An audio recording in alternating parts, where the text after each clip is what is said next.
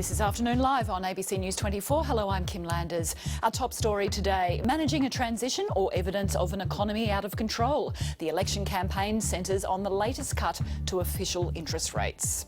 The Reserve Bank is concerned about the state of our economy, and why wouldn't they be? I don't believe Mr Abbott's being faintly sensitive to the real cost of living pressures faced by families.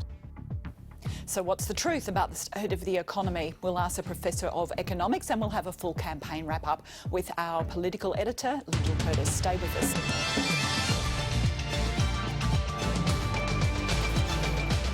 Also this afternoon, back in the spotlight, Australian entertainer Rolf Harris arrested over more claims of sexual offences.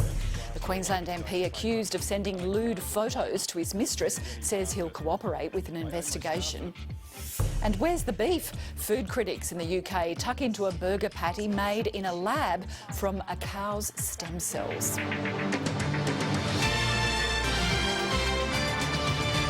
Interest rates have taken centre stage in the federal election. On the second day of campaigning, the Reserve Bank has cut the official cash rate by 25 basis points to an historic low of 2.5%. In a statement, the Reserve Bank Board says it'll continue to adjust interest rates as needed to foster sustainable growth in the economy. The bank has also noted that while the Australian dollar has depreciated by around 15% since April, it remains at a high level and could still fall further. The Commonwealth, the National Australia Bank, the Bank of Queensland and ING Direct have all announced that they'll pass on the rate cut in full. Well, let's take you live now to the Shadow Treasurer, Joe Hockey, who's responding to the Reserve Bank's decision. RBA has reported words as if they're mine and they're not. So if we could just bear that in mind.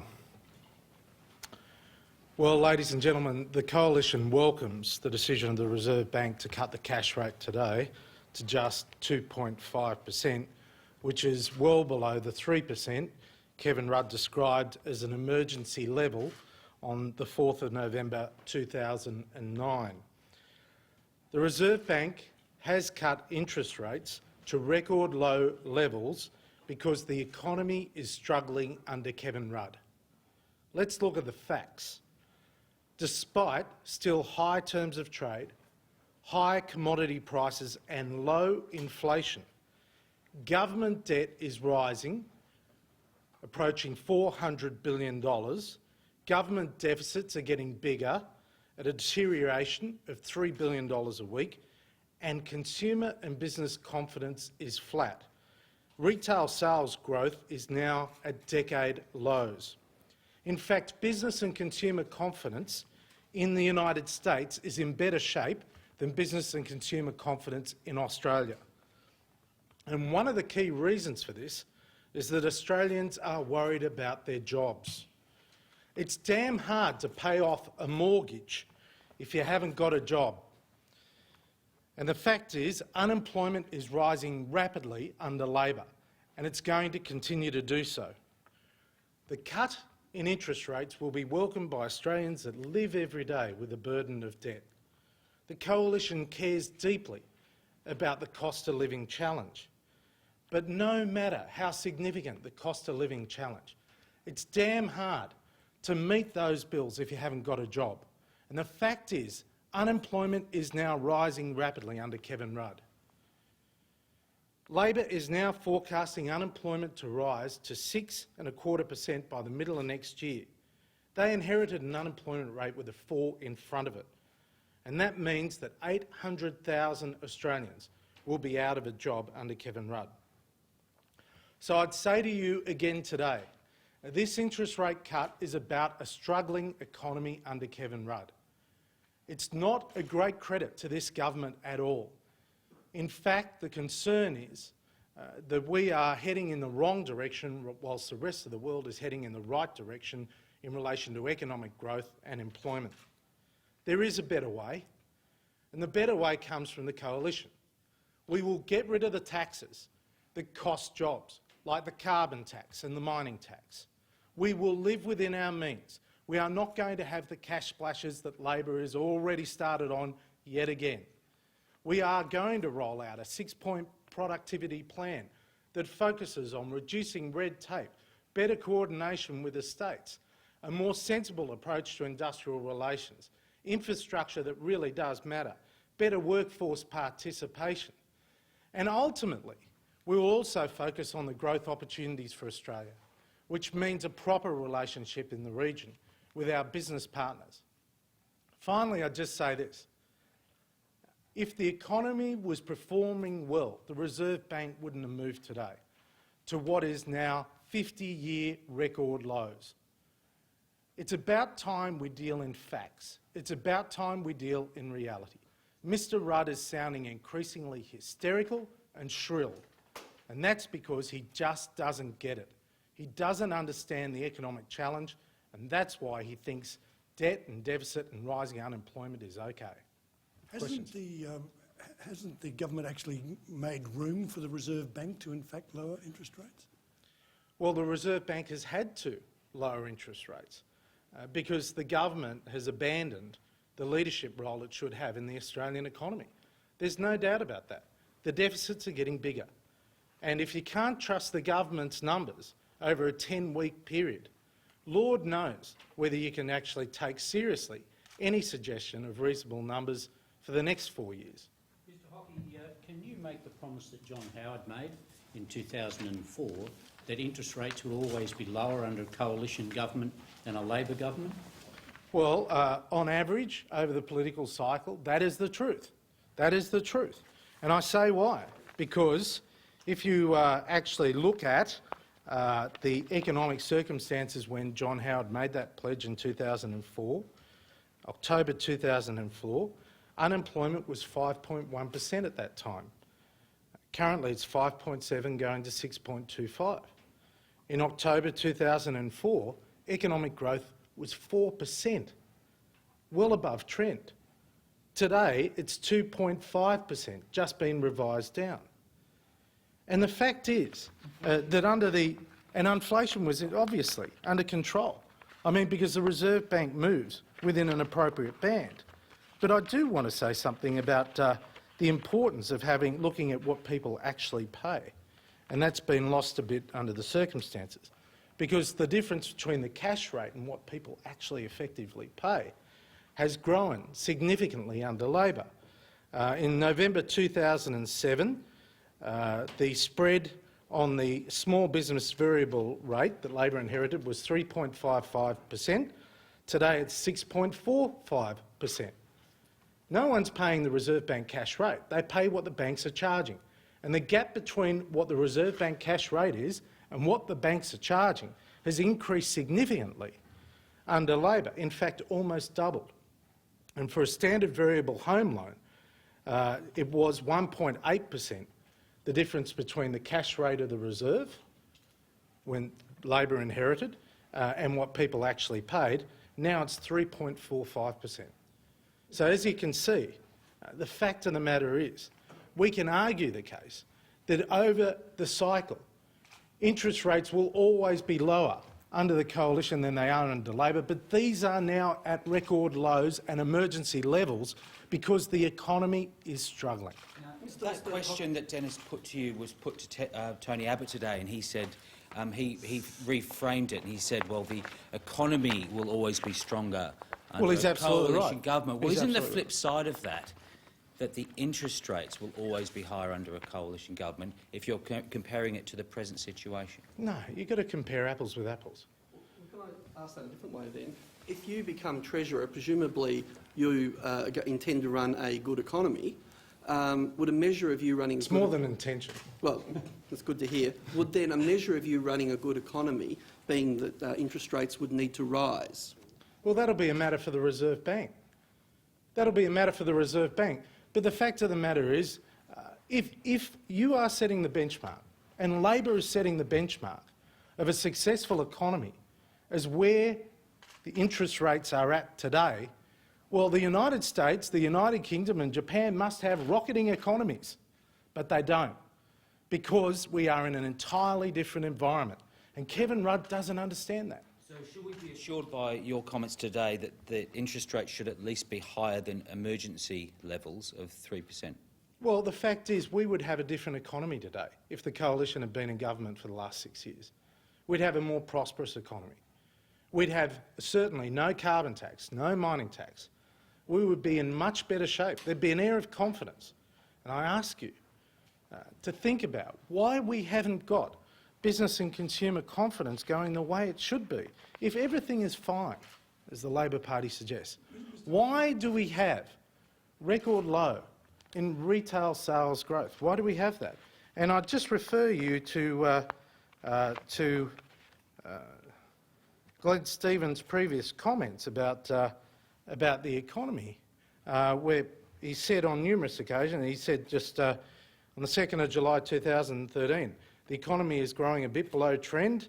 Unemployment rate has edged higher over the past year. He went on to say that there is no lever. There is no lever for confidence. There's no economic lever for confidence. The only way we are going to get confidence back is to have a real change of government, and that's in the hands of the Australian people. Can you promise a bigger... Sorry. You won't add up the costs of your promises based on something you said earlier today.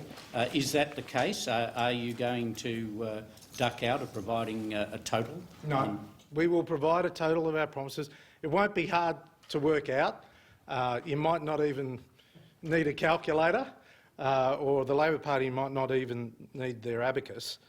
From my perspective, we will, and from the Coalition's perspective, we will publish all of our promises and the total cost over 4 years of those promises, and we will publish all the ways we're going to pay for it and all the money over 4 years for paying for those promises. A bigger surplus as a result at the end of those 4 years? There will be money left over because we want to leave the budget in better shape. But let me just say emphatically, and this is a very important point, when the government released UEFO last Friday, there were some grave concerns for me in relation to some of the assumptions. Realistic assumptions of Australia's economic prospects should include 4-year forecasts of nominal GDP, unemployment and the terms of trade. And when you actually look at the numbers that the government uses to justify their surplus forecast in the out years, it's based on mechanical projections. Mechanical projections. So, for example, the unemployment rate in 2014-15 is 6.25% and is expected to drop miraculously to 5% the following year, which happens to be the year that they say the budget's going to dramatically improve. But when you compare it with the growth, real GDP or nominal GDP, the numbers just don't stack up. And so what we want is, if the government is fair income, we want the pre-election fiscal outlook to have reasonable projections that properly reflect the distance between their forecasts in 14-15 and their projections in 15-16 when they claim a surplus. They can change the rules. Are you asking them to change, formally asking them to change the rules? I want to know what the real bottom line is. You know, for the last 6 years, every number Labor has put out there has been wrong. Every number. And for the last 5 years, you know, I've been warning that their numbers are wrong. I've been proven right. I'm saying again, the starting point of the budget under Labor is unbelievable. Unbelievable, the starting point. And normally governments that get elected say afterwards, shock horror, we didn't expect it to be like this. Well, I'm saying it before the election. I know it's not going to be what the Labor Party claims in the pre-election statement they've just released. Therefore, I want to flush out the truth about the budget. So to clarify, will you provide a budget bottom line figure as part of your election costs? We will provide you with our numbers of the costs associated with policies and the savings to pay for it, but we are not going to make the mistake Labor made and make rash forecasts about what a surplus or a deficit will be in the out years, because the starting point is unbelievable. And I'm not going to make those mistakes. You said before you would. No. You said some of the economic... No, it's not hard, Paul. I said we'll have our policies and how much they cost. We will have the savings to pay for it, right? And the difference will be a bottom line positive, right? At the end of the 4 years. At the end of the 4 years. Yeah. Sorry, Phil, and then we go back to you. Just a broader question. Yeah. Should you win the election, at what stage will you own the economy, and at what stage will it no longer be Labor's fault? Well, we will own the economy. We will own the economy from day one, whether it's Labor's fault or not. Well, of course. Look, I'm not afraid. I'm not afraid to accept responsibility, and I'm not afraid to be accountable. We will own it from day one. We will be responsible for the Australian economy. However, you've always got to deal with the legacy, right? And the legacy is a government that has been addicted to waste and spending, a government that leaves an unemployment rate with a 6 in front of it instead of a 4 that they inherited, a government that's leaving $400 billion of debt when they had no net debt, which they inherited, a government that's leaving a $30 billion deficit when they inherited a surplus, and a government that is dysfunctional and discredited and has broken the morale of the public service. Sorry. You've said that you won't be providing the budget bottom line figures because you don't accept the starting point, but you've also quoted the higher unemployment rate and the lower economic growth figures that the government provided. So are you not just selectively choosing which ones you will believe? No. How does that work then if you're accepting some forecasts and not others? It is a consensus view. It ends up being a consensus view out of markets, the Reserve Bank and the government in relation to economic forecasts. But the forecasts go into the bottom line. So it's the number, the bottom line number, the cash balance, if you like, that is the difference. Economic forecasts form part of that. They're not the entire part of the equation. Phil? Yeah. John Howard today talked about the GST and how the Labor and the Democrats punched a hole, as he referred to it, in the policy that was accepted at an election. He also said that it was obvious that that tax reform has to be revisited. Is this obvious to you, that the GST needs to be revisited? Well, it's part of the equation, Phil, and we've always said that. And Tony Abbott, in his budget and reply speech, said that we're going to have a proper review of the taxation system. But the Liberal Party and the National parties believe in less tax, fairer tax and simpler taxes. Would your less tax include an increase in the GST but less tax overall? No, I'm not going to preempt a review that will occur over the next 3 years if we are elected. But I just make the point, every dollar of the GST goes to the state governments. So, as I've said on numerous occasions, the state governments have got to argue the case for change to the GST because it's their revenue. It's their revenue. But I tell you one thing that saps business and consumer confidence. It's when it has left-field tax increases. For example, those that have come out over the last few days out of Labor. FBT changes, having a major negative impact on the car industry. Tobacco tax rises, which could wipe out a third of the increase of the pension of a pensioner who smokes. These taxes make all the difference. And now, of course, they've got a bank accounts tax, right? So Labor's crowing about record low interest rates, but if you have a bank account, you'll pay more in tax to Kevin Rudd. What about your $4 billion company tax rise? You're preempting something that you shouldn't I'm preempt just at going the on moment. what Mr. I know. Abbott has been telling us. Can I just Sorry, ask this about gentleman here. your understanding of the caretaker conventions. Do you think that means now that we're in a position where the government can't approve foreign investments and mining developments, environmental approvals? Is that Without consulting the opposition, I would think so, yes. Mr Hockey, can I ask you... As Treasurer, should you be elected, your key responsibility, one would be the integrity of the budget. On the FBT, there's no doubt that there has been an impact on the car industry of that decision. But from a policy point of view, it was a legislated way of allowing people to claim a tax deduction to which they weren't entitled. They were entitled by legislation to claim the deduction. But allowing a disproportionate use for private business use of a car. If you do become Treasurer, would you look in consultation with the industry to changing that just to protect the integrity? Well, no, again, I'm not going to try and anticipate what comes out of a proper review of tax, but I'd say this on FBT.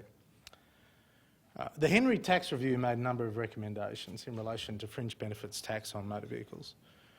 They were picked up by the government. It was the Greens that actually had the government cost it, if you recall. And the government picked up those changes and ran with them in the budget, which we understand. They introduced the 20% statutory limit. Now, they went through all that review process and they said, we're rolling this out for certainty for employers and employees. Without any warning, without any consultation, they changed it. They abolished the statutory formula.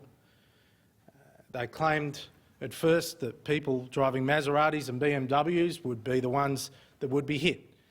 It turned out, after major modelling overnight by one of the major salary packaging firms where they data mined 30,000 clients, that in fact the people paying the tax would be people on $50,000 to $70,000 a year, and most of them driving cars of a value of $30,000 to $40,000, mostly Australian-made cars, Camrys and the like. Now, the government got its numbers so wrong that 2 to 3 days after the announcement by Kevin Rudd of a new tax on motor vehicles, the Treasury and the Australian Taxation Office rang up the industry to find out how the industry works. Now, you're asking me to take on confidence decisions made by this government when, in fact, the government doesn't understand the implications of their decisions. I will not do it. I will not do that to the Australian people. The only way we are going to get the economy growing, apart from solid, predictable government here in Canberra, is to have a Canberra that understands the rest of Australia, to have a public service and a government that has worked in business. Because the only way we're going to lift boats is if you lift the tide, so that all boats rise. Can I return you to the prickly subject of costings? One of the reasons you were out-negotiated in the 2010 election, non-result, was the costings and the criticism that you had a Perth accountancy firm simply count up some numbers. That's the criticism. But when we see your costings, will we know how many and what portion of them have gone through the PBO or any other methodology? Well, Andrew, now, you know, we are getting into the weeds, but let me give you one good example. You know, the Labor Party criticised me recently for consulting state governments.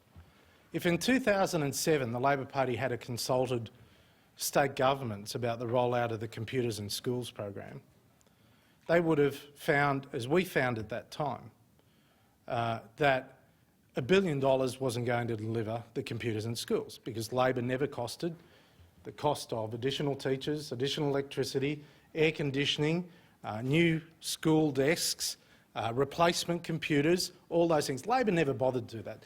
Kevin Rudd just came out with a big statement about, well, we're going to deliver computers in schools for $1 billion. Of course, the program blew out to over $2 billion and it's been killed off. And why? Because Labor doesn't understand that all wisdom and knowledge does not come through the air conditioning here in Canberra. You actually have to speak with people, listen to them, understand how they work in order to develop the best policies to address their needs. And we will be going to a number of different sources. And I'm satisfied, Andrew, that even you will be satisfied that we've offered the most comprehensive analysis of opposition policy costings ever, and I might even be able to convince you that our numbers are far more accurate than anything the Labor government has produced. Thank you very much. Thanks. And that is the Shadow Treasurer Joe Hockey speaking in Canberra, covering a range of issues, but he began by responding to the Reserve Bank's decision today to cut official interest rates to 2.5%. And since that decision at 2:30 Eastern this afternoon, a number of major banks have decided to pass on that interest rate in full. Westpac is one of them. In fact, it's announced that it's going to cut rates by 28 basis points. That's more than the 25 basis point cut to the official rate. So of the big banks, Westpac joins the Commonwealth and the National Australia Bank passing on the cut. ANZ doesn't announce its decision until the second Friday of the month. Well,